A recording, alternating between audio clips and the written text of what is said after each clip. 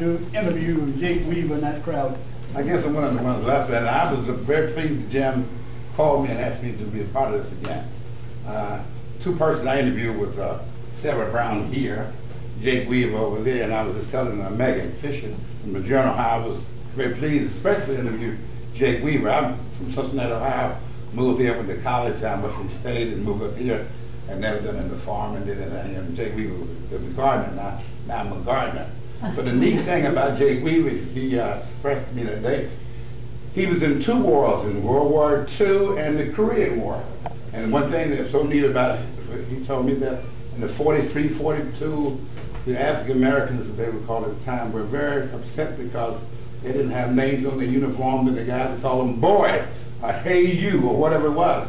They had no rights, and they really were protesting. I had to sit down, strike, whatever they did, they were trying to protest that they didn't have all the rights of all the military periods. He got out of the military in 45, and some of you know, may remember 1948 or 40, I think it was 47, 48, President Truman put name tags on uniforms, and that's where that started.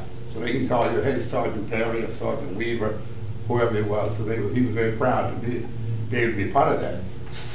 Consequently, when the Korean War came, he joined again. So he had two wars that he was very pleased to be a part of. Sarah Brown was in her, well, I'm sure, 70s, about 17 years ago.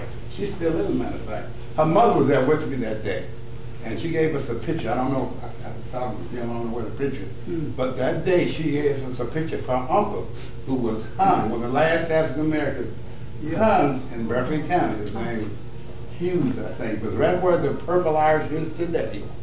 And we had a picture of that, and I think we took it down. We didn't want to show that. But that was something that Mrs. Brown's mother was telling me. During the interview, she mentioned a few other things that happened over the years. So it was great that you get a chance to do that and let them see how things have changed. And one of the things that she said that Jim Taylor mentioned to me also, she said that the blacks, or the African Americans were called, because her father was living in the Civil War and at the time of slavery, that they were treated a lot different. In Berkeley and Jefferson County, the slaves were treated a lot better. And Jim Taylor mentioned that today, that was true. That they kind of was proud to be over in this area.